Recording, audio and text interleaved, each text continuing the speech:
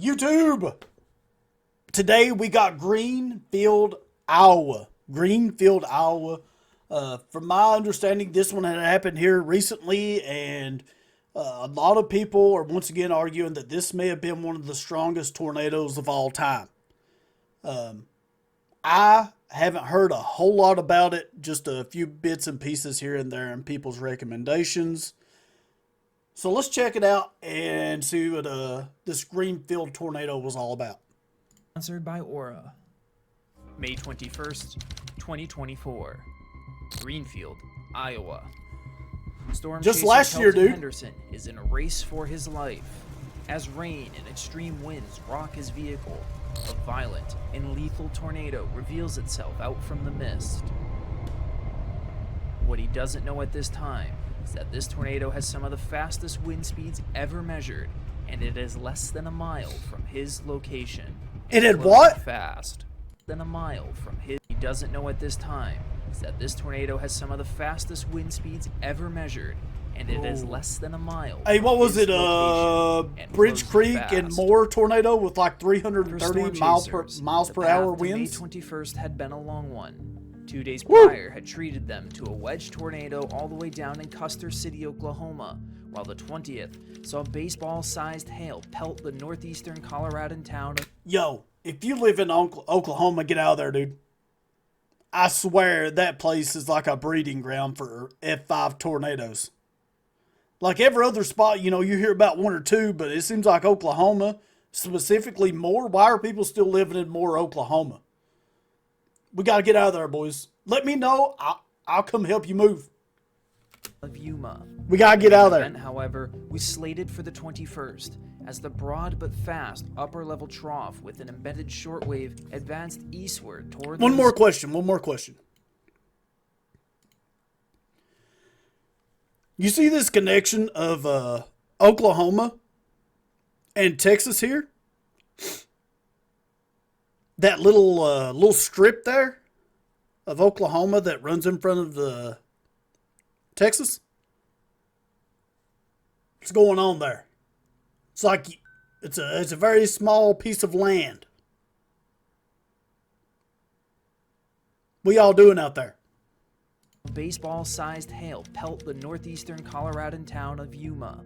The main event, however, was slated for the 21st, as the broad but fast upper-level trough with an embedded shortwave advanced eastward toward the Missouri River Valley.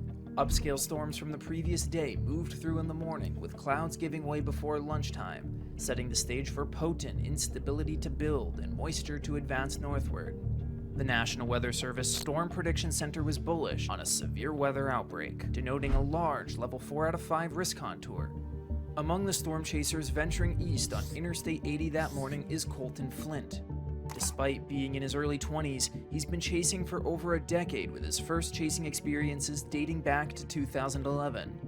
He grows concerned. Yo, he had a picture with Tim Samaras there. Rest in peace, Twistix. El Reno was the first reaction video I did of tornadoes, and the first one I really got to learn about. And I've started watching a little bit of Storm Chasers. I haven't got to watch a whole lot. But RIP to Tim Samaras, Paul, and is it Paul? Oh God, there was 3. It was it was Tim, his son, and his friend were in a white Cobalt during the El Reno tornado, and it claimed their lives. So yeah, RIP to Twistix, man. That he might miss the day's action, as storms are forecasted to initiate earlier than anticipated. Further east and already in position near the town of Red Oak, Iowa, are Kelton Henderson and fellow chaser Chris Risky. The two of them often convoy Risky's together, playing a risky looking to add game to in their this line of season work, after a boys. Successful chase in the same area last My month. bad, that was so cheesy. To their north, staged in the town of Griswold, were chasers Aaron Rigsby and Max Olson. The two veteran chasers were teamed up, leading a special storm tour with the YouTube channel Unspeakable as guests. Despite the obvious tornado setup, the day was not without its challenges. Storm motions were projected to be between 50 to 60 miles per hour, meaning keeping up with storms would be nearly impossible. Timing their intercepts perfectly ahead of the storms would be the key to success. Back with Colt and Flint, just as he had feared, storms fired up directly behind them as they crossed through the Omaha metro.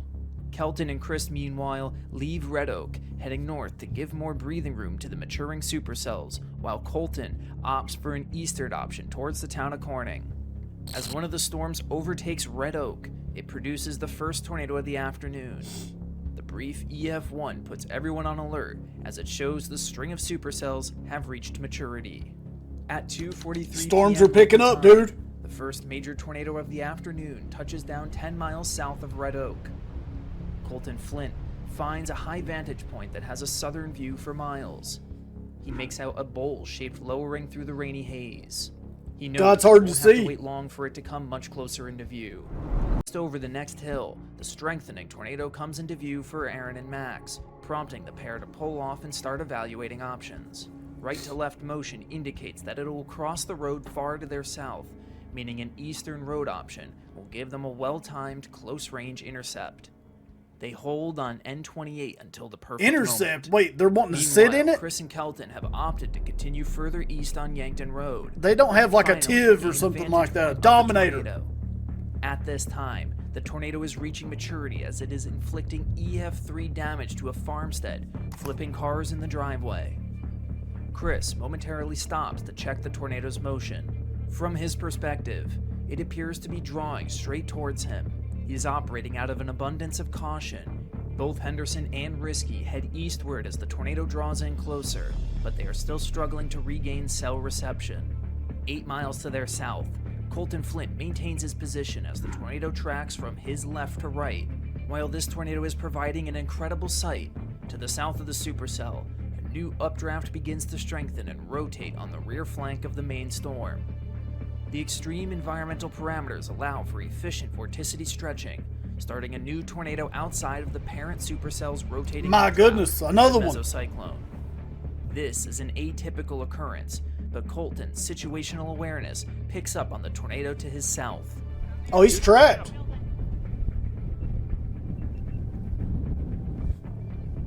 Once again, trying to move my head in a While video this to get a new better weak view. tornado collects itself, Aaron and Max pounce on the opportunity that they had been waiting for with the still ongoing strong tornado. No way you make a left They turn there. turn eastbound onto 130th Street and creep forward as they close the distance on the tornado. Oh, these dudes are wild. Nope. Are we going straight into it? No, we're good, guys. We're totally good. Back with Kelton Henderson and Chris. I'd be so Risky, scared of they that reach thing the shifting intersection of back at Iowa me. 148 with Yankton. Chris holds short of the intersection for a recording opportunity, while Henderson continues eastward, seeking another vantage point. Chris notes that he's still in the tornado's path. He opts for the northward escape route on Iowa 148. The two chasers are now completely separated and are about to have completely different encounters with the evolving storm. Once again, the greater environment plays another trick as a cold front slides in behind the tornado, pushing it to the right rather than the typical left turn seen in a tornado's final moments. Simultaneously, the weak, non-mesocyclonic tornado to the south is now beginning to be adopted by the cycling parent storm. Colton Flint has a front row seat to this process as he sits in between the two tornadoes, but cannot quite see what is happening on the ground. Man, you need to get out of there, brother. That's scary, dude. Like you're riding, you're in a hot mess. Our boy Colton's in a hot mess. 2 miles from Colton's position, Monica Irma Zamrun is driving home from work on Iowa 148. The tornado overtakes her vehicle, throwing it from the road and taking her life in the process. Ah, R.I.P., She was a dude. dedicated mother, beloved by friends, family, and coworkers alike. Is this a mountainous area? Aaron She just Rigsby couldn't and see Max it coming. Olson passed snapped telephone poles strewn into the adjacent field on 130th Street. Iowa 148 northbound provides the perfect opportunity for yet again another close-range encounter. Is that with it? the dying, That little but white, still that highly white arm photogenic reaching tornado. down there? Is that it? Colton too seizes Yeah. the opportunity to watch the picturesque. Dude, that's a wild-looking tornado. It's like it's got a knee, then the shin, And then the upper part of like the quad and stuff up here. That's wild. Moments of this tornado. It's a nice What would come leg. to be known as the Carbon EF3 tornado ropes out 35 miles from its origin after 38 minutes on the ground, providing incredible views for many storm chasers. Though several homes and farmsteads were destroyed, it fortunately did not cause any injuries or fatalities.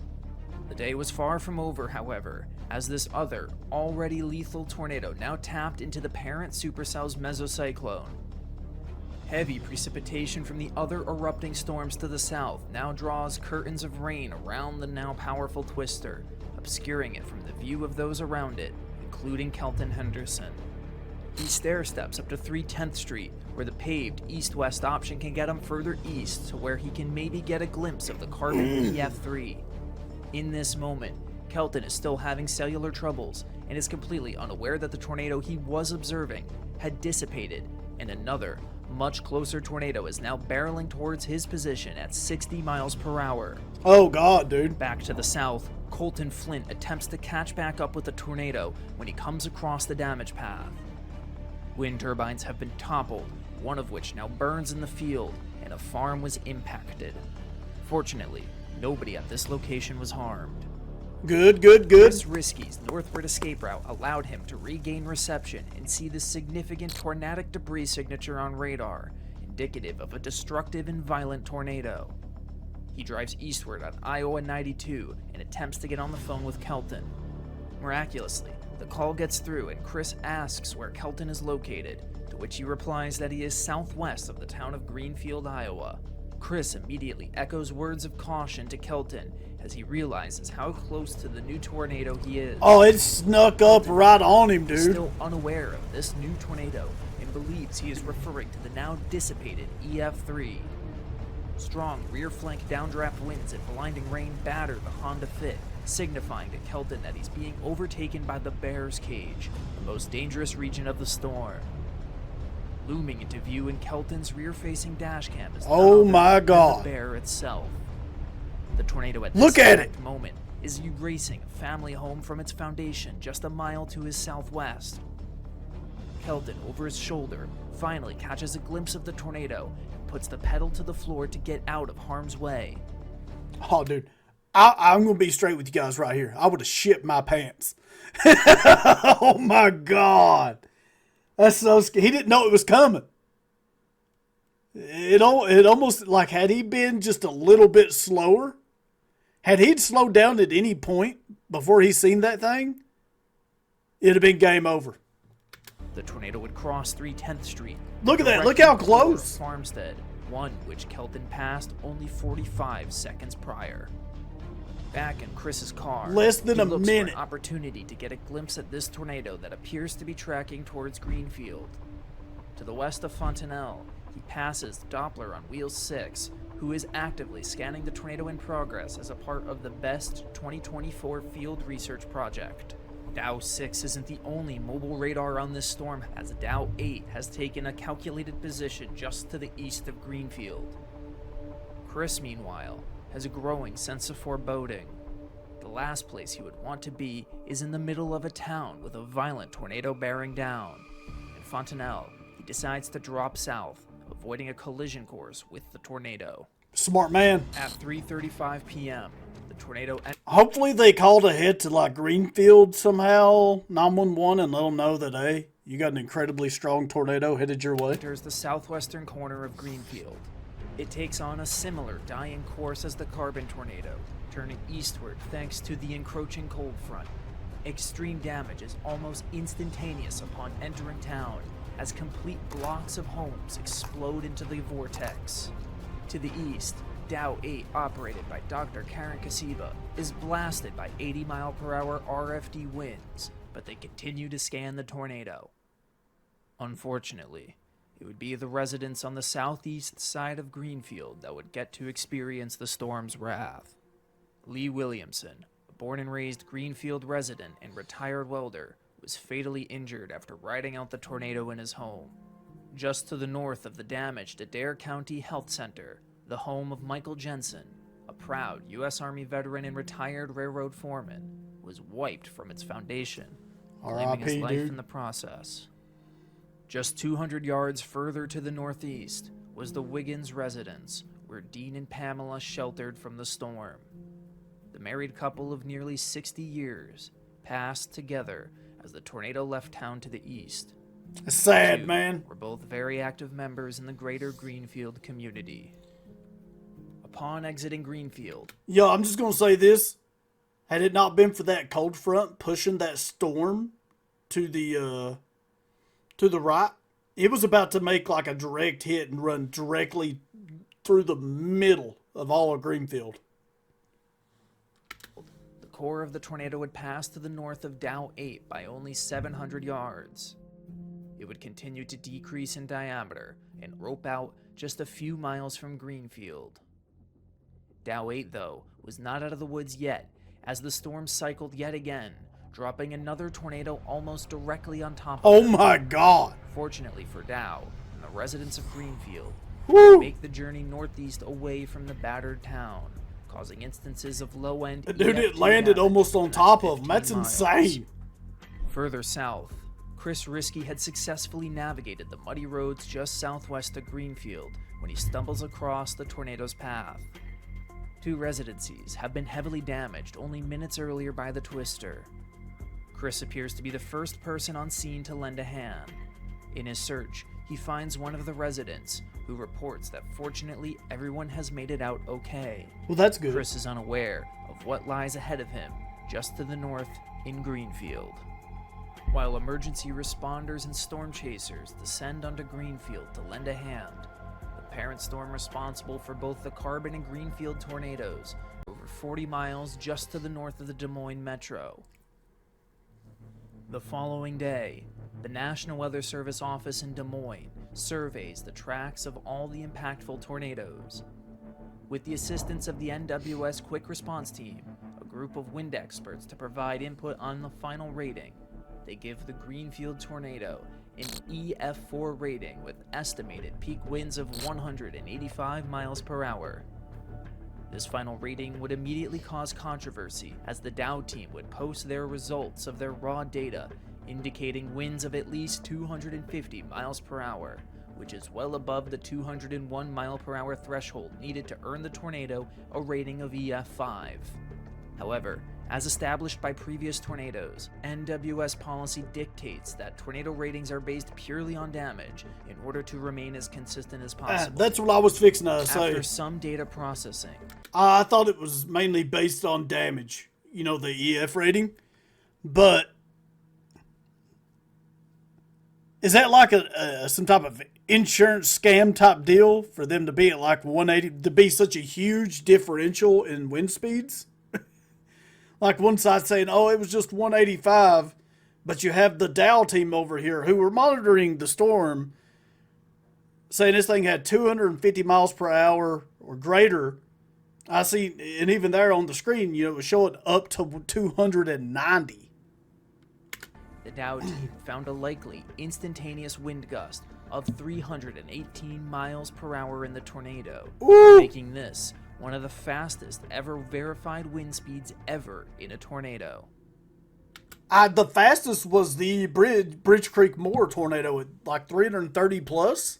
So that there was right on. If it got up to 318, it could possibly be like the second fastest winds on Earth. Among the 5 fatalities in the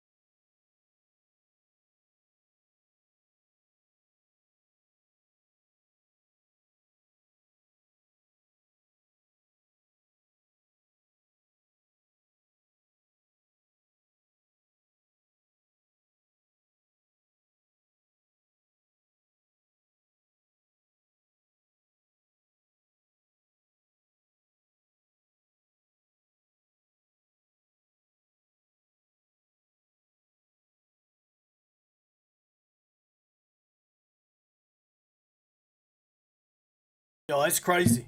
EF4 rating, just due to the damage, which is what I always heard that that's what it was mainly based off of.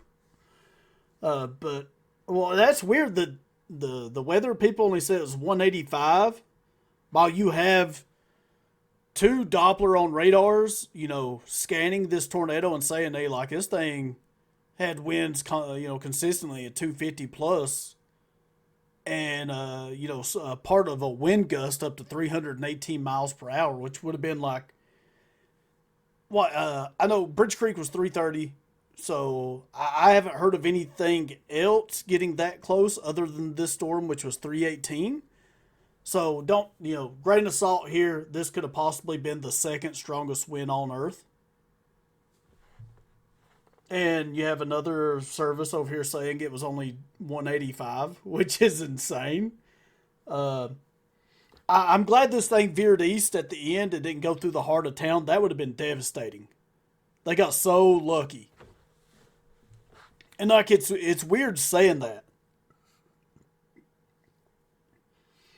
Yeah, it's super weird saying that because, people got hurt. But had that storm stayed straight, man, and went through the heart of town, who knows how bad that could have got. So thankfully, it veered east. And Dow 8 barely dodged one. They almost had a tornado drop right on top of them. I'm glad they were there to get those scans and, be able to show people just how strong that tornado actually was. I am curious though, what the weather service people were talking about with the 185. If that's true, it's kind of weird. Why would they say that whenever you have Dow sitting there saying like, no, it's 250 plus, brother, with a gust up to 318. You got some of the strongest winds on the planet that just took place. Little interesting there. I wonder what that's all about. But yeah, Greenfield, man. That storm chaser there barely dodged it, dude. What was it, 45 seconds? I mean, had this dude slowed down at any point or whatever, he would have took a direct hit. Thankfully, that didn't happen. Storm chasing's dangerous, dude. Mad respect to those folks because I know they get there and they provide service. They help. They deploy instruments to get data for these storms. So they provide that to the meteorologists and stuff. They, as themselves, are an early warning system whenever I see a lot of these guys when they start seeing these big tornadoes and stuff and they're headed towards a town, these people are trying to call ahead and be like, hey, we got a massive tornado coming. We need to sound the alarms to get people in safe spots. So these these storm chasers do an excellent job. But it's crazy though. It's crazy because they're in harm's way. They get some great footage. Wow. I see why Greenfield's one of the most searched ones currently. I get it. It's a little weird, a little controversial there. Anyways, guys, I want to thank you all for watching. If you enjoyed the video, like, subscribe, and all that good stuff. If you have any other recommendations for some storms like this, leave it in the comments below. And who knows, maybe we'll get to check that one out. But yeah, hey, you guys have a great day. We'll catch you in the next one.